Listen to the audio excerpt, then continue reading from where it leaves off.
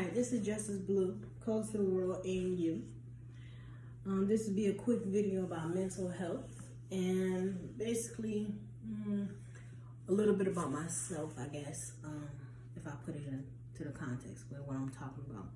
So we're going to talk about the 3 threes, which is mind, body, and spirit, or in today's world, mental, physical, and emotional health. With your mental, I've come to find out that you lock away pain. You can mentally lock away your pain and hide it from yourself in the world, right? And you can develop a new persona. In other words, for instance, Justice Blue.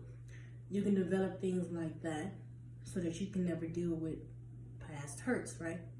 So on the physical end of that, which is mind and physical, we can enhance our body with exercise.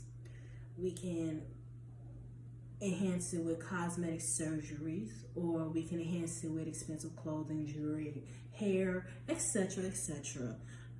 And then, but what I've always realized is that emotional, or your spirit, always seems to come back up and bite you in the ass. What I mean by that is, when you don't deal with things mentally and you choose to lock them away, or you choose to cover them up with temporary fixes, right? Physical. All you've ever done is build a bigger bitch. What I mean by that? If the eyes are the window to the soul, then that means your heart is the truth of your soul. So every time you choose to cover up who you truly are, hide away the pain, you're choosing to develop a character that you have to start over with. You're rebirthing somebody else. Like, okay, for instance, Justice Blue and who I truly am, like my God-given name, is the same character. I know this because I would never give myself that name. I personally, because I've seen it so many times, like with, for instance, drug dealers or women in my lifetime who've had what were called street names.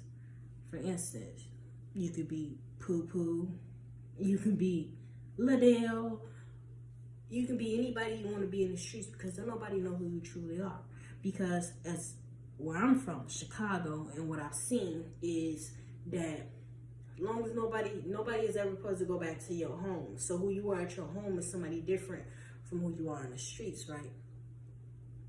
So if you knew that, that means that once you hopped off the porch and you went into the streets, you can be and do anything. You could be a serial killer, you can be a shooter, you can be a killer, you can be all in personas. Or in what we see in today's world, like for instance, you can be a rapper. And if you're not a rapper, you be a street thug or drug dealer or I don't know. So you could be somebody different than who you was at home, because ain't nobody supposed to know where your home is. Fucking flies. But what I've learned is, especially with myself, every time you don't deal with your mental or your physical, your emotional will always come back up. So what's truly in your heart? What's truly in your heart is the pain that you suffered from childhood to preteens, to teenage life, to adulthood. So when you choose not to deal with these things, they come up in things like, let's say, a new project that you never get to finish, right? Because you haven't dealt with something emotional, or new self-developments like working out. For instance, in workouts, what the pros of this is, when I do feel emotionally unbalanced, I start working out and I can see the faces or the actions of the people who hurt me, right? And the things that they did. So what I'm seeing is like, if I'm running on the treadmill, it's like I get a vision of myself running as fast, trying to run as fast as I can away from these things, or or in other words, trying to beat them, because they'll sometimes come up on the side of me. And whether this is, it's a pro because I get a better workout, but it's a con because it's still telling me I'm not dealing with the things that I should deal with. For instance, things from childhood. Like for instance, in my family household, we called it, well, my mother and called it, what you call it? Corrective criticism. So that meant if you were to wake up, like for instance, we'll get up, get ourselves up for school, and we put on our outfits and stuff, thinking we cool and all that. But then we still have to go downstairs and see our mother that morning, right? Who was waiting on us either with food or to send us off, right? And the moment you go to see her, she examines your outfit. Girl, green and blue don't go together. Girl, I don't like them pants because they don't make your ass look right. Girl, your face is getting too bumpy. Did you wash it? Did you brush your teeth? You know, it's like that. But growing up like that, for instance, let's go back to the flat ass thing. If your mother kept telling you that every day, whether you took it as a pro or a con, which I took it as a con during my childhood days because I used to be insecure when I went outside because I thought everybody used to see it. The same things my mother used to talk about because she said she was doing it so that when I walked outside that door of safety and I went out to the outside world, there was nothing nobody could tell me, which was true. If I already heard it from a family member, then when somebody else said it outside, it wouldn't hurt as much, right? But it hurt because it was coming from somebody I loved and adored, if you get what I'm saying. So when I say with my workouts, if I start to do like a new boat exercise or something, I start working out on myself, I will hear these things in my head because it was something I never dealt with, you know.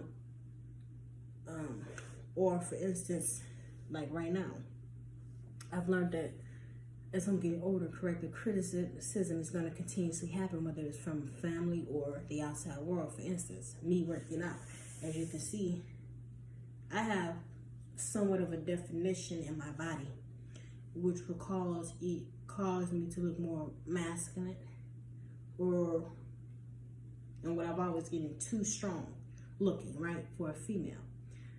But I had to realize that when I started to deal with these things personally, I had to realize that this is something I can't change. I am my daddy's daughter, so I literally have his physique. He had a boxer's physique. And if you don't know what I'm talking about, LL Cool J, when he was young, he had that cocky, fit body. That was my daddy up until when he passed away. He just had it naturally. Me, as I grew into it, my body as an adult, it started to form naturally. So before I even started working out, which I started working out when I was 6, but each and every time I would stop, I would still have the same physique. I just had what I'm learning is a naturally athletic body, right? I had to start accepting these things as me because that's what it'll be. It's me. It's normal. I can't change it. Can't help it. Can't do no amount of exercise I do. No amount of less exercise I do will ever stop it. I can work out for 2 days and get a little bit of definition. Like yesterday, I did a full-blown leg workout and started to see definition in my thighs. Like that's not something I could stop naturally. And it was calisthenics workouts. If I lift weights, I become even more strong looking. Like it's just not something I can help. But mentally, emotionally, what I'm saying is, once you stop, when you stop locking the door and you unlock that door mentally, and you deal with everything, you will learn that the stuff that you was trying to run away from was the stuff that was meant to help you in the end. Like, for instance, when I chose not to see my full character of my power, like for instance in basic training, each and every drill sergeant kept saying, you have what it takes to do it. I never understood what that meant until like I started doing the exercise, and I realized that out of 65 females with my physique, every female was scared of me and my physique because I could do the exercises that the men could do naturally. And these are exercises I never practiced, like pull-ups and push-ups. I wasn't just into push-up like that until I went to the military, or sit-ups, because I had it naturally in my physique. I never just thought I had to do them. But in order to keep my strength and keep it up to date as I get older, I must do these same exercises, you know? But what I'm saying is, they kept saying, you have what it takes.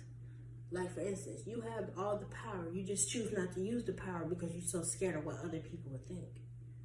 And I was. And that was that was one of my big emotional things. I didn't want people to see me as, I chose to be lesser of myself so that I wouldn't shit on everybody when it came to certain exercises, right? Or tactics. But then I had to start learning that what I've learned, because this is what happens. See, this is what I'm saying about emotional stuff. God will come in and be like, you know what? I'm so sick of you doing this to yourself. Stopping your light for other people when I created you to be who you're supposed to be. So just what happened? I kind of got into a little romantic situation with a female, and it lasted for about 3 months. But then in that instance, it was like it happened like clockwork. She chose somebody else over me, and for those rest of those 2 months that I had to be there with her, I had to see it every day in my face, right? And I couldn't run away from it. I could not do anything. So I went back to physical enhancement, right?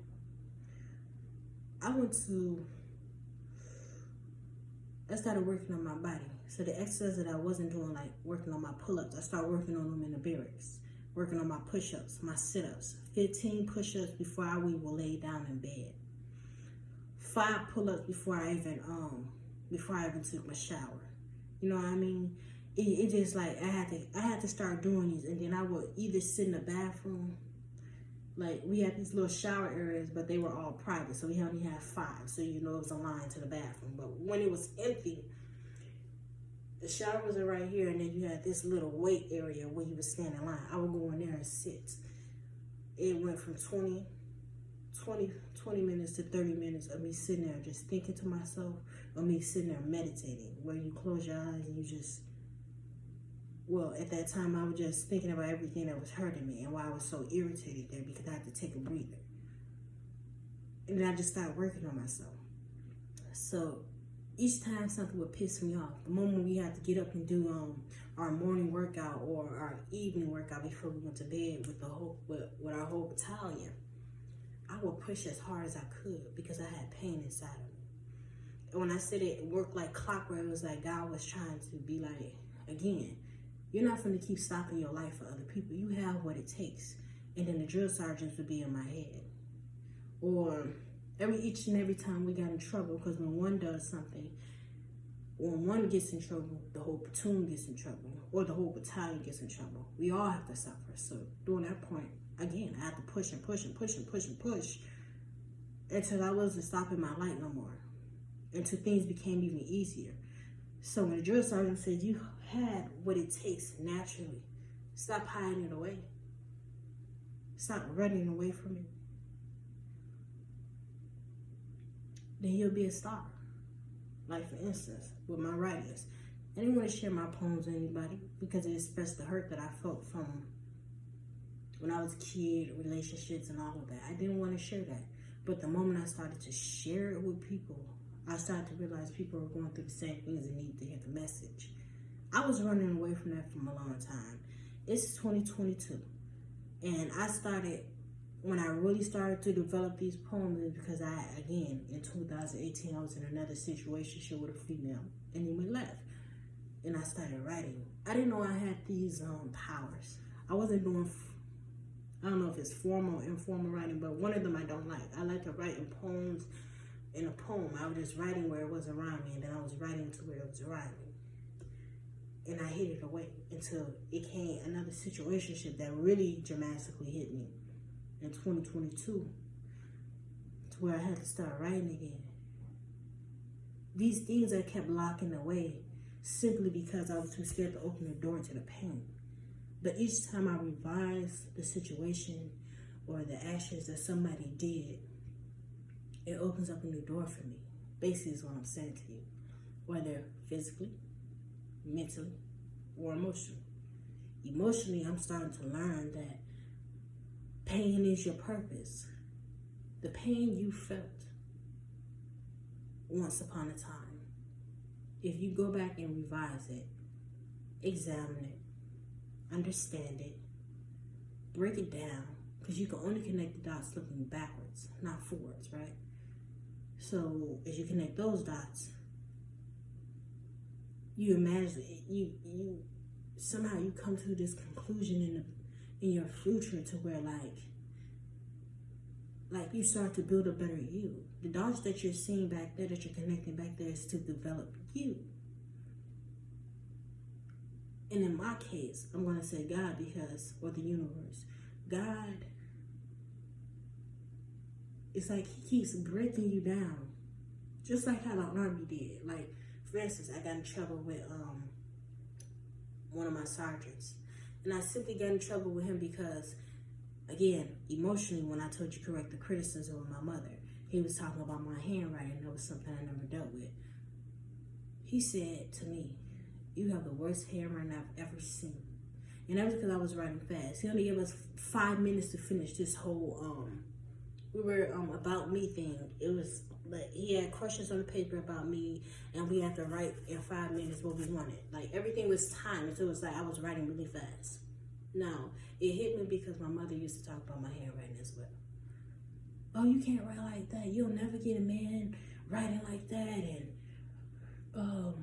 your teacher is a failure and all of that. That's basically all I heard once he said that to me, and I emotionally got just mad and said, I don't think you have the right to tell me during that time, he had said that and I got mad. So I was sitting there just mumbling to myself because I couldn't help it. I was just so irritated, like I was really irritated, like speaking to myself, he think he all that and all of that. And another drill sergeant heard me and was like, "Why do you keep going on and on?" So I literally just blurted out, like, because he don't have the right to tell me that. It's something I said along those effects. And the drill sergeant that said that I had terrible handwriting stood up and walked over towards me as if like that, like he was gonna scare me. He said, "What the fuck did you say to me?" Yelling in my face, and I was sitting down like I am now. And I said, "You don't have the right." And he said, "Stand the fuck up and sit." So I stood up and I said the same shit. So basically, when I challenged him like that, he called every other drill sergeant in there to challenge me too. So they started challenging me. So basically it was like a circle of drill sergeants around me talking shit to me. And it just reminded me of when my mother talked shit to me. And instantly I went into the mode where I disconnected myself from my body. And I can hear them talking, but it was like I wasn't there. And doing this made them madder. And it was like, "Who the fuck do you think you are? You think you're really brave and all of this?" And it just continued. Basically, that one incident continued with that same drill sergeant from my platoon leader, my platoon sergeant. It continued all the way until I left, where he kept challenging me to do things. And what I had to realize was the reason why these things kept happening is because I learned that these drill sergeants weren't trying to break you out of the civilian out of you. They were trying to separate the weak from the strong, basically.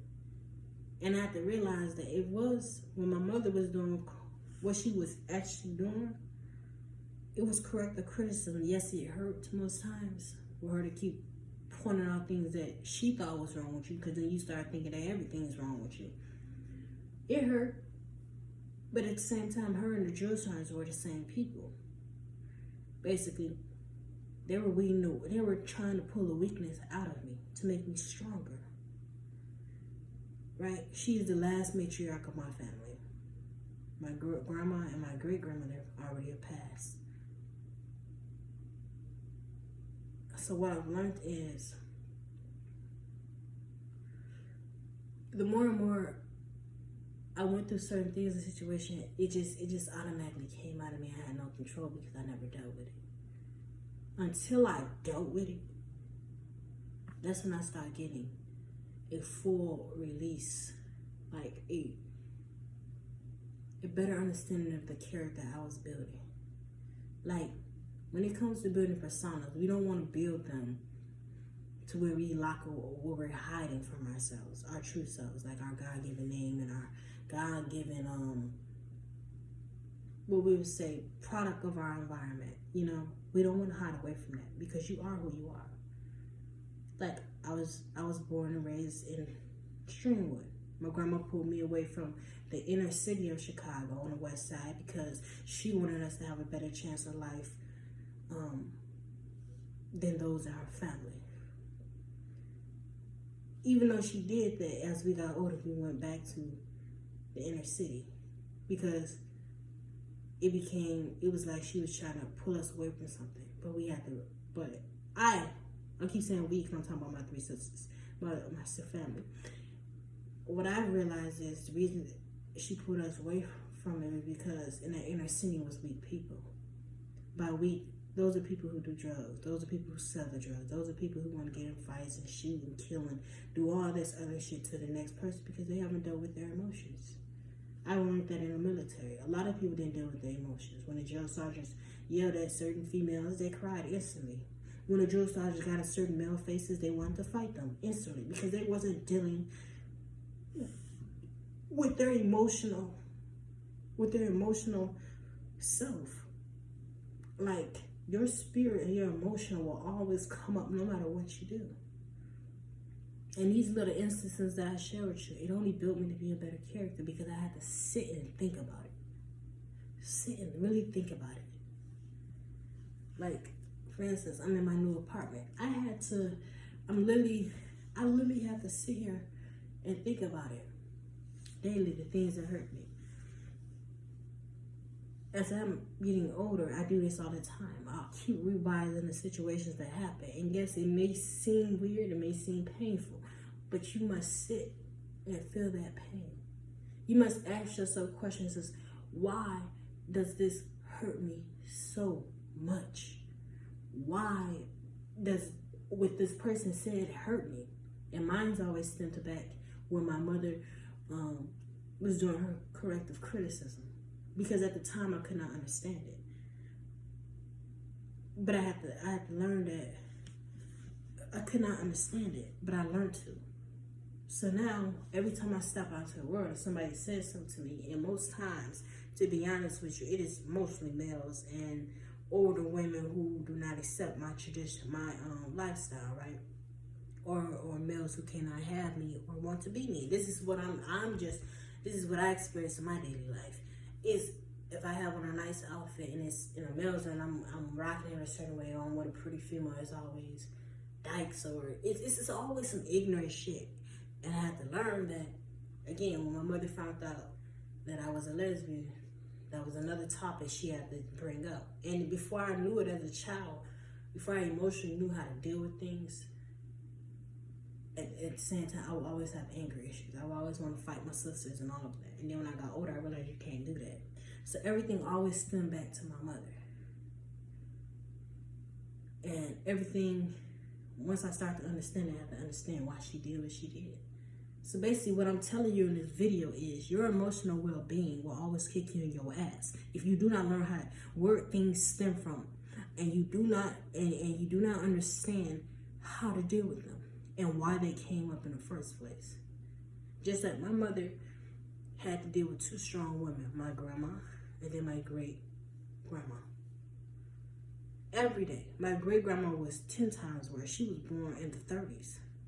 But she was at Tiffany Co. What I mean by that is, with my grandma, she had my grandma, because she worked in that store for Tiffany Co., she had my grandma folding her clothes at her house like it was a store. She had to fold them a certain way, put them in a dresser a certain way. The house had to be cleaned a certain way. they were dealing with a lot more. They were getting whoopings for not being correct. Then when it comes to my grandma, she developed those same tactics from her mother in order to strengthen her. That's why she pulled us out the inner city of Chicago, right?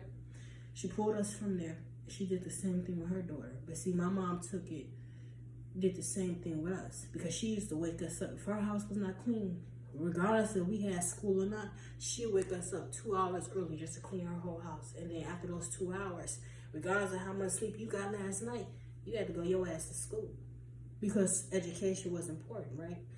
You had to learn, you had to become something, but at the same time, you need to have a certain composure about yourself. Like my mom, from my great grandmother there, both my grandmother and my mother had to be ladies. They had to sit with their back like this, all of that. It just stemmed from a lot. And now I understand why I joined the military. I was always into order. I was always into certain colors. Like for instance, my great grandmother, she knew my favorite color was blue. She knew my older sister's favorite color was a lighter blue. She knew one of my sisters liked purple, and my twin sister liked the color yellow. Every time she bought us something, we had those same colors,